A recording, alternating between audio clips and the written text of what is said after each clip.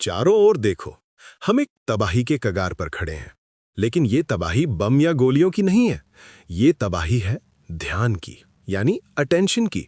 आपको बचपन से ही एक स्क्रिप्ट दी गई है, स्कूल जाओ, नौकरी करो, रिटायर हो जाओ और मर जाओ।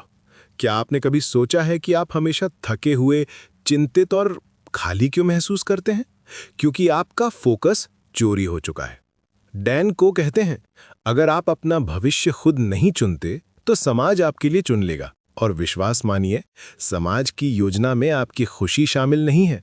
आज हम जिस किताब की बात करने जा रहे हैं वो सिर्फ एक किताब नहीं है, ये एक युद्ध की घोषणा है। आपकी औसत जिंदगी के खिलाफ एक युद्ध। ये है द आर्ट ऑफ फोकस। दोस्तों, कहानी की शुरुआत एक कड़वे सच से होती है। ब्रह्मांड का एक नियम है जिसे एंट्रोपी कहते हैं। इसका मतलब है कि अगर किसी चीज को अकेला छोड़ दिया जाए तो वो धीरे धीरे बिखरने लगती है, अव्यवस्था की ओर बढ़ती है। अगर आप अपने कमरे की सफाई ना करें तो वो गंदा हो जाएगा। अगर आप अपने रिश्तों पर ध्यान ना दें तो वे टूट जाएंगे। और सबसे महत्वपूर्ण, अगर आप अपने दिमाग पर ध्यान न दें तो वो मानसिक अराजकता का शिकार हो जाएगा। डैन क्वे हमें समझाते हैं कि आज के इंसान की सबसे बड़ी समस्या ये है कि हम सोए हुए हैं। हम जगे हुए तो हैं, लेकिन हमारा दिमाग सो रहा है। हम उस रास्ते पर चल रहे हैं जो हमारे माता पिता, हमारे शिक्षकों और समाज ने हमारे लिए बनाया है। इसे डैन द डिफ़ॉल्ट पाथ कहते हैं। सुबह अलार्म बजता है, आप उसे बंद करते हैं।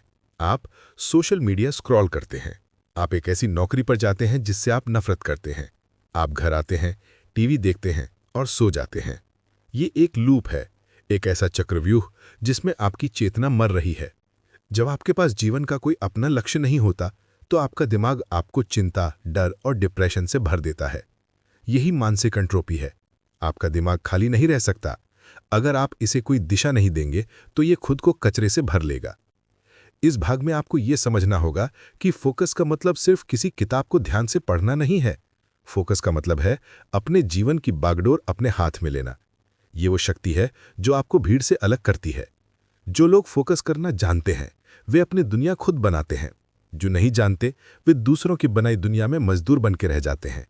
सवाल यह है कि आप एक खिलाड़ी बनना चाहते हैं या खेल का हिस्सा, एनपीसी। चुनाव आपका है, लेकिन याद रखें, अगर आपने चुनाव नहीं किया तो फैसला पहले ही लिया जा चुका है। आप एंट्रोपी ही ओर बढ़ रहे हैं। अब जब हम समस्या को समझ चुके हैं तो समाधान की ओर बढ़ते हैं। डैन कोए बताते हैं कि एक बेहतरीन जीवन 3 स्तंभों यानी पिलर्स पर टिका होता है: फोकस, ऊर्जा और अनुभव। चलिए इन्हें गहराई से समझते हैं। सबसे पहले है फोकस। फोकस वो लेंस है जिससे आप दुनिया को देखते हैं। जिस चीज पर आप फोकस करते हैं वो बड़ी हो जाती है। अगर आप अपनी कमियों पर फोकस करेंगे तो आप कमजोर महसूस करेंगे।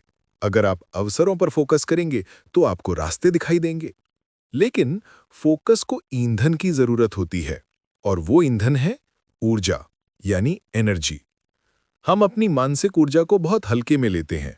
हम इसे हर उस चीज पर खर्च कर देते हैं जो इसकी हकदार नहीं है: न्यूज, गॉसिप, रील स्क्रॉल करना।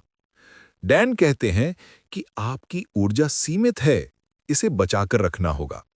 और तीसरा स्तंभ है अनुभव, यानी एक्सपीरियंस। आप सिर्फ किताबें पढ़कर जीवन नहीं सीख सकते। आपको मैदान में उतरना होगा, आपको प्रोजेक्ट्स बनाने होंगे, रिस्क लेना होगा।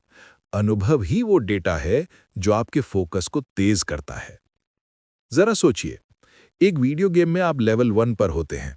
आप कमजोर होते हैं, आपके पास हथियार नहीं होते। लेकिन जैसे जैसे आप खेलते हैं, आपको अनुभव मिलता है और आप शक्तिशाली होते जाते हैं। असली जिंदगी भी ऐसी ही है। लेकिन अधिकांश लोग लेवल 1 पर ही पूरी जिंदगी बिता देते हैं क्योंकि वे अनुभव लेने से डरते हैं। वे फेल होने से डरते हैं। डैन हमें एक बहुत ही महत्वपूर्ण मंत्र देते हैं: फिल, एम्प्टी, यूज। यानी भरो, खाली करो और उपयोग करो। अपने दिमाग को अच्छे विचारों और ज्ञान से भरो। उसे जर्नल लिखकर या मेडिटेशन करके खाली करो ताकि वो हल्का रहे। और फिर उस खाली जगह का उपयोग किसी महान कार्य को करने में करो। यदि आप केवल भरते रहेंगे तो आप मानसिक कब्ज के शिकार हो जाएंगे। आपको क्रिएट करना होगा। आपको अपनी ऊर्जा को बाहर निकालना होगा। यही वो तरीका है जिससे आप एंट्रोपी को हरा सकते हैं और अपने जीवन में एक लय ला सकते हैं। क्या आपने कभी सोचा है कि आप कौन हैं? क्या आप वो नाम है जो आपको दिया गया या वो नौकरी जो आप करते हैं? डैन कोए कहते हैं कि आप एक पात्र यानी वेसल है। आप एक बर्तन की तरह हैं जिसमें समय-समय पर अलग-अलग विचार, भावनाएं और ऊर्जा भरी जाती हैं। समस्या तब आती है जब आप खुद को उस बर्तन में भरी सामग्री समझ लेते हैं। आप सोचते हैं, मैं एक अकाउंटेंट हूं या मैं एक शर्मीला व्यक्ति हूं। यह आपकी पहचान बन जाती है और यही पहचान आपको बदलती दुनिया में फंसा देती है। ब्रह्मांड का नियम है परिवर्तन। मौसम बदलते हैं, दिन और रात होते हैं, लेकिन इंसान अपनी पुरानी पहचान को पकड़ कर रखता है। हम बदलने से डरते हैं। इसे डैन ईगो की लड़ाई कहते हैं। आपका अहंकार चाहता है कि आप वैसे ही रहें जैसे आप हैं, क्योंकि वह सुरक्षित महसूस करता है। लेकिन विकास असुरक्षा में है। आपको अपनी पहचान को बार बार मारना होगा। जी हाँ, आपने सही सुना। आपको अपने पुराने संस्करण को मारना होगा ताकि नया संस्करण जन्म ले सके। क्या आप एक यूट्यूबर बनना चाहते हैं लेकिन आपको कैमरे से डर लगता है? वह डर आपकी पुरानी पहचान है, उसे छोड़ना होगा।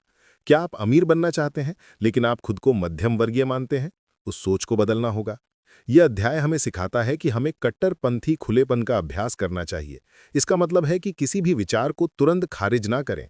दुनिया को अलग-अलग लेंस से देखना सीखें। एक कलाकार की तरह देखें, एक व्यापारी की तरह देखें, एक दार्शनिक की तरह देखें।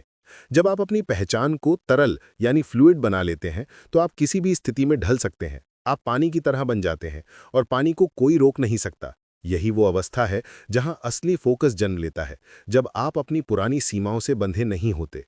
अब बात करते हैं सबसे रोमांचक कॉन्सेप्ट की, द गेम। डैन कॉयल पूछते हैं, हमें वीडियो गेम्स इतने पसंद क्यों हैं? क्योंकि उनमें लक्ष्य साफ होते हैं। हमें पता होता है कि अगला लेवल क्या है। हमें तुरंत फीडबैक मिलता है, हम जीतते हैं या हारते हैं। लेकिन असली जिंदगी में कोई नियम पुस्तिका नहीं है, कोई स्कोरबोर्ड नहीं है। इसीलिए जिंदगी बोरिंग और कंफ्यूजिंग लगती है। लेकिन क्या हो अगर आप अपनी जिंदगी को भी एक गेम की तरह डिजाइन कर सके? डैन इसे गेमिफिकेशन कहते हैं। आपको अपने लिए खुद नियम बनाने होंगे। आपको अपने लिए खुद क्वेस्ट तैयार करने होंगे। इस खेल के दो स्तर हैं, मैक्रो और माइक्रो। मैक्रो गेम आपकी बड़ी दृष्टि है, आपका विजन। मैं अगले 5 साल में 1 करोड़पति लेखक बनना चाहता हूं। ये आपका अंतिम बॉस है। माइक्रो गेम आपका आज का दिन है। आज मुझे 500 शब्द लिखने हैं। ये आपका डेली मिशन है। समस्या ये है कि लोग या तो सिर्फ सपने देखते हैं, मैक्रो, और काम नहीं करते, या वे बस बिना सोचे समझे काम करते रहते हैं, माइक्रो, और उनके पास कोई दिशा नहीं होती। आपको दोनों को जोड़ना होगा। जब आप जिम जाते हैं तो आप सिर्फ लोहा नहीं उठा रहे होते, आप अपने अवतार को लेवल अप कर रहे होते हैं। जब आप किताब पढ़ते हैं तो आप अपनी बुद्धि यानी स्किल पॉइंट्स बढ़ा रहे होते हैं। जब आप जिंदगी को एक खेल के रूप में देखना शुरू करते हैं तो असफलता अब डरावनी नहीं लगती। वो बस एक संकेत है कि आपको अपनी रणनीति बदलनी है। वीडियो गेम में जब आप मरते हैं तो आप गेम बंद नहीं करते, आप रीस्पॉन करते हैं और दोबारा कोशिश करते हैं। जिंदगी में भी यही एटीट्यूड होना चाहिए। आप हारते नहीं हैं, आप सीखते हैं, आप अनुभव जमा करते हैं, एक्सपी गेन, और अगले लेवल पर पहुंचते हैं। तो आज ही अपने गेम के नियम लिखिए। आप कौन से गेम खेल रहे हैं और क्या आप जीतने के लिए खेल रहे हैं? खेल को जीतने के लिए आपको एक फॉर्मूला चाहिए। डैन कोए इसे बहुत सरलता से तोड़ते हैं।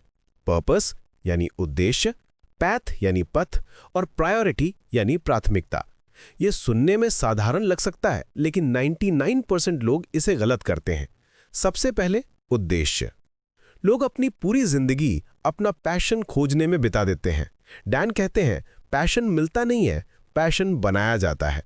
आपका उद्देश्य आपकी सबसे बड़ी समस्या में छिपा है। क्या आप गरीब हैं तो आपका उद्देश्य अमीर बनना है।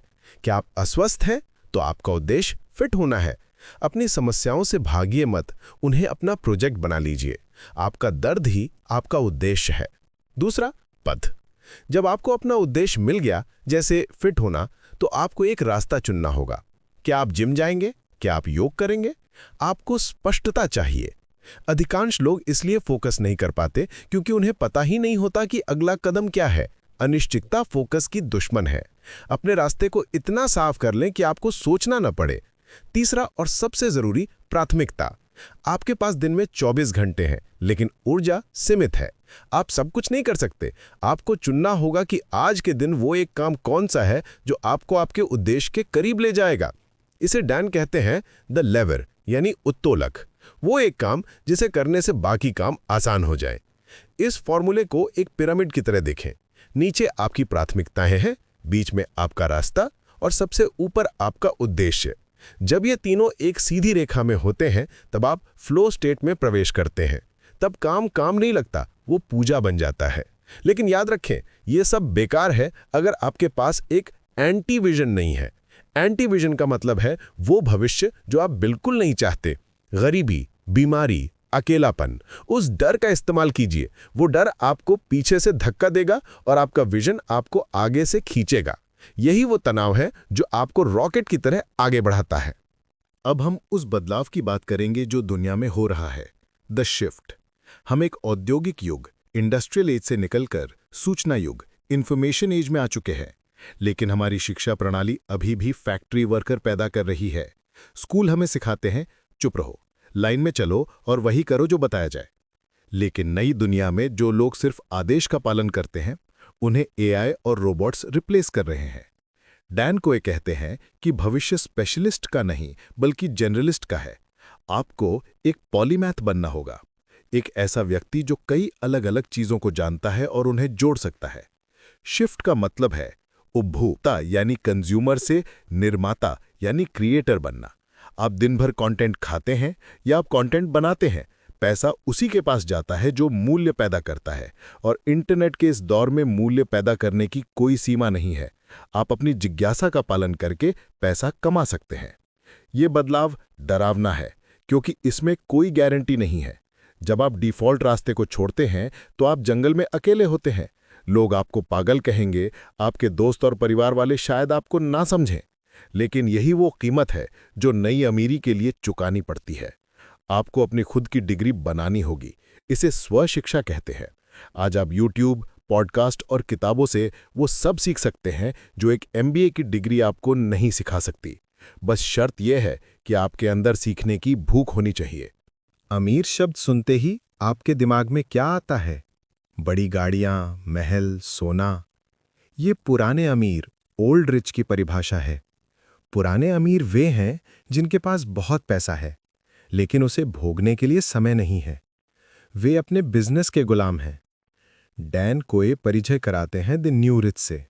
नए अमीर वे हैं जिनके पास दो चीजें हैं, पैसा और समय। वे अपनी शर्तों पर जीते हैं। वे दुनिया के किसी भी कोने से काम कर सकते हैं। उनका काम और उनका खेल एक ही है। वे सुबह इसलिए नहीं उठते क्योंकि बॉस का डर है, बल्कि इसलिए उठते हैं क्योंकि वे अपने काम से प्यार करते हैं। नए अमीर बनने का रास्ता नौकरी नहीं है। नौकरी में आप अपना समय बेचते हैं और समय सीमित है। आप 24 घंटे से ज्यादा नहीं बेच सकते। नए अमीर अपनी नॉलेज और सिस्टम्स बेचते हैं। वे इंटरनेट का इस्तेमाल करते हैं अपने काम को लाखों लोगों तक पहुंचाने के लिए। इसे लिवरेज कहते हैं।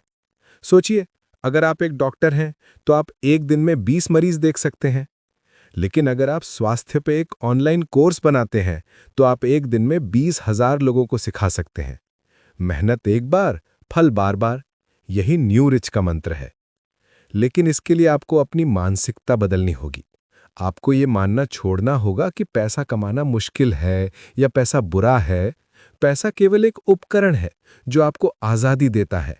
आज़ादी उन चीज़ों को करने की जो वास्तव में मायने रखती हैं। तो आप न्यू रिच कैसे बनते हैं? इसका जवाब है स्किल स्टैकिंग।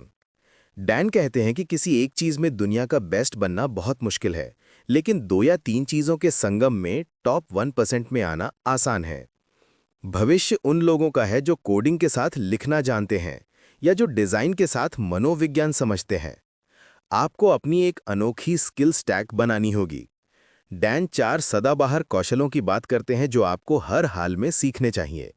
राइटिंग यानी लेखन, अपने विचारों को स्पष्ट करने और इंटरनेट पर फैलाने के लिए।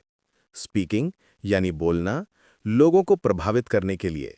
मार्केटिंग यानी मार्केटिंग, अपने काम को सही लोगों तक पहुंचाने के लिए। सेल्स यानी बिक्री, लोगों को अपना ग्राहक बनाने के लिए। इन चारों को अपनी किसी भी रुचि यानी इंटरेस्ट के साथ जोड़ दीजिए। मान लीजिए आपको कुकिंग पसंद है, अगर आप सिर्फ कुकिंग जानते हैं तो आप एक बावर्ची हैं, लेकिन अगर आप cooking plus writing plus video making जानते हैं तो आप एक फूड ब्लॉगर, यूट्यूबर और एंटरप्रेन्योर हैं। आपको यू इंक बनना होगा। आप खुद एक बिजनेस हैं। आपकी रुचि ही आपका प्रोडक्ट है। आपकी कहानी ही आपकी मार्केटिंग है। डैन कहते हैं, अपनी समस्याओं को सुलझाओ और फिर उस समाधान को बेचो। Solve your own problems and sell the solution. यही सबसे ईमानदार बिजनेस मॉडल है। जो आपने सीखा उसे दूसरों को सिखाएं, जो आपसे 2 कदम पीछे हैं। अब सवाल आता है कि ये सब करें कैसे? दिन भर काम करके? नहीं। डैन कोए 4 आवर वर्क डे के समर्थक हैं। विज्ञान बताता है कि इंसान का दिमाग दिन में केवल 4 घंटे ही डीप वर्क यानी गहरा ध्यान कर सकता है। बाकी समय हम बस व्यस्त होने का नाटक करते हैं। आपको एक प्रोजेक्ट की जरूरत है, एक ऐसा प्रोजेक्ट जो आपको चुनौती दे, कोई वेबसाइट शुरू करना, किताब लिखना या कोई स्किल सीखना। और आपको इस प्रोजेक्ट पर रोजाना 4 घंटे बिना किसी डिस्ट्रैक्शन के काम करना है। इसे डीप वर्क कहते हैं। फोन दूर, नोटिफिकेशन बंद, सिर्फ आप और आपका काम।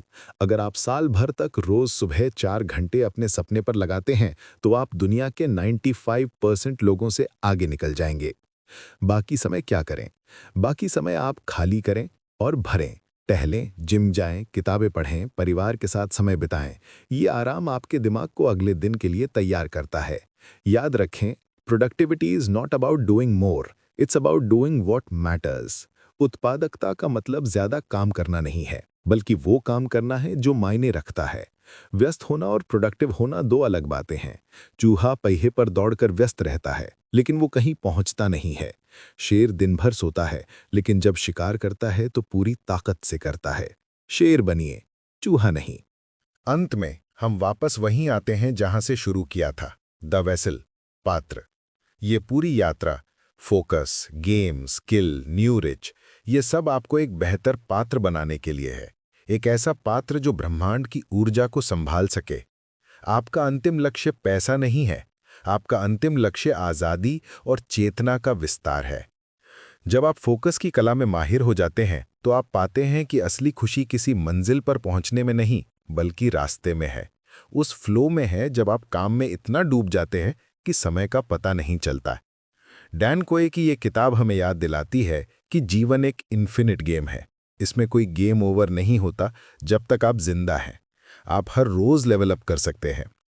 तो अब आपके पास नक्शा है, आपके पास नियम है। अब यह आप पर निर्भर करता है कि आप कंट्रोलर उठाते हैं या बस दर्शक बने रहते हैं। अपनी एंट्रोपी को ऑर्डर में बदलिए, अपने डिस्ट्रैक्शन को डायरेक्शन में बदलिए। अगर आप समडे का इंतजार कर रहे हैं तो वो कभी नहीं आएगा। जो है आज है, अभी है। फोकस करें, अपनी वास्तविकता को फिर से लिखें और दुनिया को दिखा दें कि जब एक इंसान अपनी पूरी क्षमता पर फोकस करता है तो वो क्या कर सकता है। अगर आपको इस वीडियो से वैल्यू मिली हो तो लाइक बटन दबाएं ताकि ये वीडियो और भी लोगों तक पहुंच सके जो अपनी राह भटक गए हैं। ऐसे ही और लाइफ चेंजिंग बुक समरीज के लिए चैनल को सब्सक्राइब करें। याद रखें, आपका फोकस ही आपकी सबसे बड़ी संपत्ति है। उसे किसी को चुराने मत दें।